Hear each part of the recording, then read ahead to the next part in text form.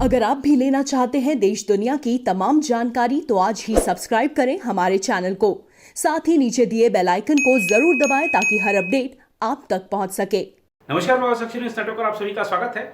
Doctor कफील खान, जिन पर राजद्रोह का आरोप लगा, जिन पर एनएसए लगा, जिन पर तमाम तरह के संगीन आरोप लगे, यह ठीक है कि इलाहाबाद उच्च न्यायालय ने एनएसए निरस्त कर दिया, उनको जमानत पर रिहा किया, लेकिन कई ऐसे संगीन आरोप हैं जो डॉक्टर कफील खान पर अब भी लगे हुए हैं। डॉक्टर कफील खान ने अब राजनीति में भी रुचि लेना शुरू कर दिया है। प्रियंका गांधी से मिले हैं, सपरिवार मिले हैं। प्रियंका गांधी ने नई दिल्ली में उनकी मेहमान नवाजी की। अब इस दौरान उत्तर प्रदेश कांग्रेस के अध्यक्ष अजय कुमार लल्लू भी उपस्थित थे। क्या डॉक्टर कफील खान को चुनाव में उतारने का मन बना रही है कांग्रेस? और कांग्रेस को ऐसे लोग क्यों भाते हैं जो कि शासन व्यवस्था के प्रति इस तरीके की नकारात्मक राय रखते हों, जो कि किसी खास दल के प्रति इस तरीके की नकारात्मक राय रखते हों? ठीक है, राजनीतिक राय रखना, अपना राजनीतिक राय आप रख सकते हैं, लेकिन अगर आप भारत विरोधी बातें करते हैं, अगर आप भारत सरकार के विरोधी बात करते हैं, अगर आप किसी राज्य सरकार के विरोधी बात करते हैं, तो ये गलत है। और संविधान में आपके जो आप कर्तव्य हैं, आपके जो अधिकार हैं, वो बिल्कुल स्पष्ट हैं। ये बात सबको समझनी चाहिए। डॉक्टर कफील खान के जरिए कांग्रेस कौन सा राजनीतिक हित साधना चाहती है, ये आने वाले दिनों में पता चलेगा, लेकिन हम आपको आज की इस रिपोर्ट में बताएंगे इस मुलाकात के बारे में कि क्या क्या हुआ और आगे क्या क्या हो सकता है। इसके अलावा आप देखिए कि ये डॉक्टर कफील खान जो हैं, इनको भारत सरकार की व्यवस्था पर, भारत के जो न्यायालय हैं उन पर विश्वास नहीं है। ये लिख रहे हैं पत्र संयुक्त राष्ट्र जो मानवाधिकार विशेषज्ञ समूह है उनको कि मेरे साथ अन्याय हुआ है, मेरे को प्रताड़ित किया जाता है, मेरे को जेल में था तो खाना नहीं दिया जाता था, पानी नहीं दिया जाता था, तमाम तरह के अत्याचार हो रहे हैं, मुझे मेरी हेल्प करो, मेरी हेल्प करो।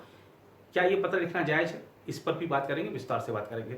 इसके अलावा बात करेंगे ममता बनर्जी की, जो कि लोकसभा चुनाव परिणाम से अब तक उभर नहीं पाई है। बीजेपी ने 41% मत हासिल किए थे लोकसभा चुनाव में पश्चिम बंगाल में, और ये डर सता रहा है ममता बनर्जी को, क्योंकि अगले साल के शुरू में पश्चिम बंगाल में राज्य विधानसभा चुनाव है और बीजेपी का कोर वोट बैंक अब वहां पर बन चुका है। जो हिंदू समुदाय है, जो खासतौर पे ब्राह्मणों को जिस तरीके से रिझाने की पॉलिटिक्स चल रही है, उस पर भी बात करेंगे। और कानून व्यवस्था से जैसे ध्यान हट गया है राज्य सरकार का, सिर्फ चुनाव की चिंता सता रही है। राज्यपाल ने इस मुद्दे पर क्या कहा है, और एनआईए के कुछ आंकड़ों के जरिए भी आपको बताएंगे कि पश्चिम बंगाल का इस समय क्या हाल है। आज की इस रिपोर्ट की लेकिन शुरुआत करते हैं डॉक्टर कफील खान से। जेल से रिहा होने के कुछ दिन बाद डॉक्टर कफील खान ने सोमवार को दिल्ली में कांग्रेस महासचिव प्रियंका गांधी वाड्रा से मुलाकात की। राष्ट्रीय सुरक्षा कानून यानी एनएसए के तहत हिरासत में रखे गए खान को इलाहाबाद उच्च न्यायालय के आदेश पर हाल ही में मथुरा जेल से रिहा किया गया था।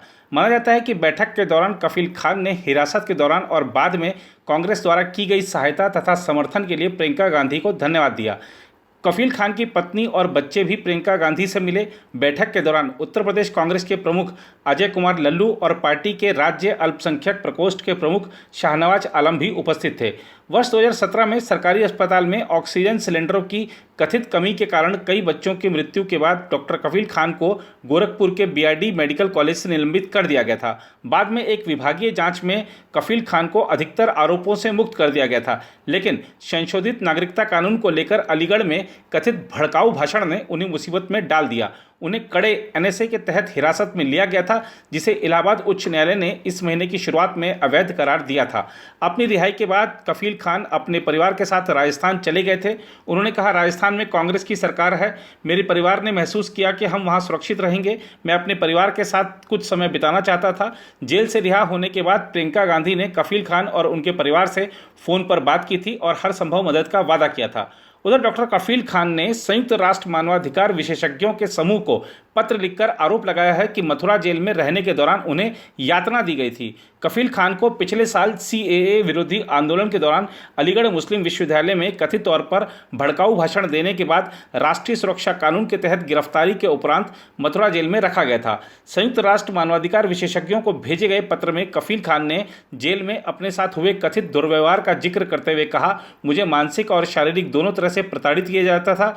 कई कई दिन खाना और पानी नहीं दिया जाता था।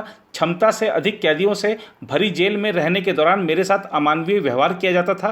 कफील खान ने 17 सितंबर को एक पत्र के जरिए संयुक्त राष्ट्र मानवाधिकार विशेषज्ञों को धन्यवाद दिया। यह पत्र उन्होंने संयुक्त राष्ट्र मानवाधिकार विशेषज्ञों की 26 जून 2020 की उस चिट्ठी के संदर्भ में लिखा है जिसमें इन लोगों ने भारत सरकार से उन्हें तुरंत रिहा करने की अपील की थी। यह मानवाधिकार समूह स्वतंत्र विशेषज्ञों का है और इसमें संयुक्त राष्ट्र के कर्मी शामिल नहीं हैं।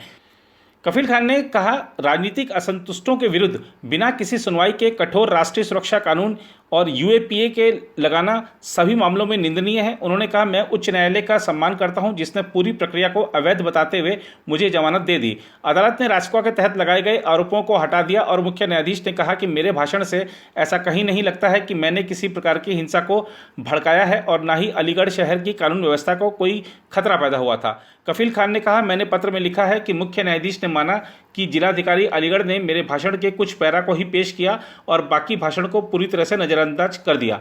अदालत ने साफ किया कि उसे रासुका हटाने में कोई झिझक नहीं है और कानून की नज़र में हिरासत को बढ़ाना भी ठीक नहीं है। इससे पहले जब वे जेल में थे तब उनकी पत्नी शबिस्तान खान ने 29 फरवरी 2020 को भारत सरकार द्वारा उन्हें गलत तरीके से हिरासत में रखने के खिलाफ संयुक्त राष्ट्र मानवाधिकार विशेषज्ञ समूह को पत्र लिखा था। उधर पश्चिम बंगाल में 2021 के विधानसभा चुनाव से पहले हिंदू पुजारियों को भत्ता देने की तृणमूल कांग्रेस की योजना तुष्टीकरण के आरोपों की काट और भारतीय जनता पार्टी को मात देने की सोची समझी रणनीति प्रतीत होती है। राजनीति पर निगाह रखने वाले विशेषज्ञों का कहना है कि तृणमूल कांग्रेस हिंदू विरोधी छवि को त्याग कर नरम हिंदुत्व को अपनाना चाहती है और इसके लिए वह सावधानीपूर्वक कदम उठा रही है। पार्टी ने प्रशांत किशोर और उनकी टीम को अपना चुनावी रणनीतिकार बनाया है। इसके अलावा तृणमूल कांग्रेस ने ब्राह्मण सम्मेलन आयोजित कराने और दुर्गा पूजा समितियों को आर्थिक सहायता देने जैसे निर्णय भी लिए हैं। हालांकि ममता बनर्जी की पार्टी के वरिष्ठ नेताओं का दावा है कि समावेशी राजनीति के तहत 8000 सनातन ब्राह्मण पुजारियों को आर्थिक सहायता और मुफ्त आवास उपलब्ध कराया गया है। वहीं विपक्षी दल भाजपा ने इसे उसके हिंदू वोट बैंक में सेंध लगाने का प्रयास करार दिया है। तृणमूल के वरिष्ठ नेता और सांसद सौगत राय ने कहा, हम सांप्रदायिक राजनीति में विश्वास नहीं रखते जैसा कि भाजपा करती है। हमारा लक्ष्य पीड़ित व्यक्तियों और समुदायों की सहायता करना है। पार्टी का कोई धार्मिक एजेंडा नहीं है। हालांकि सौगत राय यह समझाने में असफल रहे कि हिंदू पुजारियों को वित्तीय सहायता देने में 8 साल का समय क्यों लगा, जबकि इमाम और मुअज्जिनों को इस प्रकार की सहायता का लाभ पिछले 8 साल से मिल रहा है।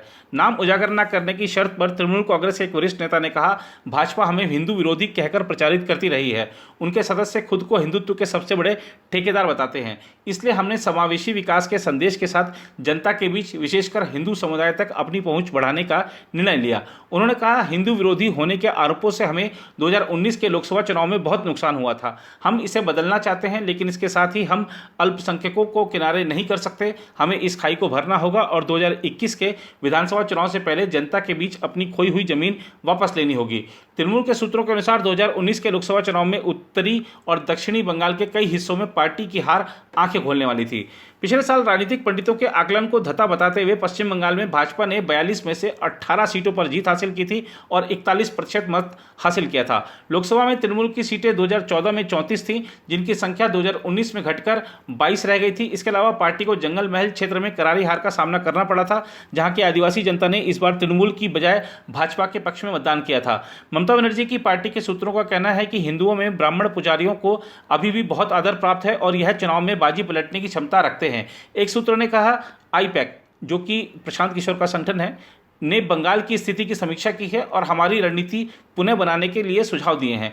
हमारी संशोधित योजना के तहत ब्राह्मणों तक पहुंच बढ़ाने का निर्णय लिया गया है। राजनीतिक विशेषज्ञों का दावा है कि 2019 के संसदीय चुनाव के नतीजे और भाजपा द्वारा लगातार किए जा रहे हमलों के कारण तृणमूल को अपनी रणनीति बदलने पर मजबूर होना पड़ा।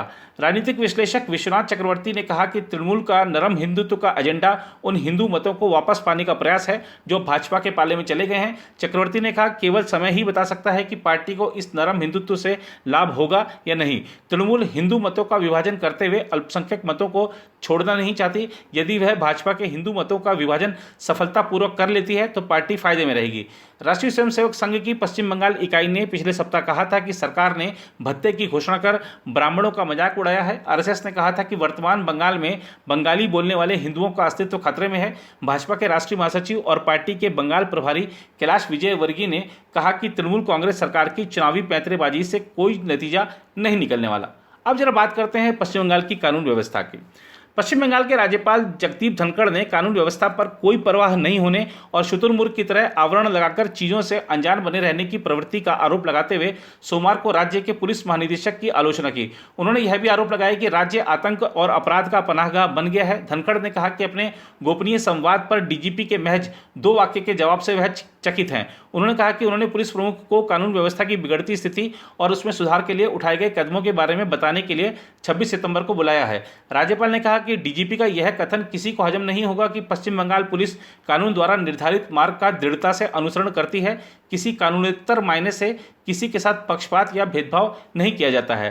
धनखड़ ने आरोप लगाया कि यह कुछ भी हो सकता है, लेकिन भयंकर सच्चाई नहीं है। विभिन्न मुद्दों को लेकर राज्य सरकार के साथ उलझ रहे राज्यपाल ने आरोप लगाया, पश्चिम बंगाल की कानून व्यवस्था पर पुलिस महानिदेशक के परवाह नहीं करने, शुतुरमुर्ग की भांति आवरण डालकर अनजान बने रहने की प्रवृत्ति से पीड़ा हुई है। राज्य आतंक अपराध के लिए पनाहगाह हो गया है और यहाँ बम बनाने का धंधा, भ्रष्टाचार और मानवाधिकार का उल्लंघन एवं सभी विरोधियों का उत्पीड़न हो रहा है।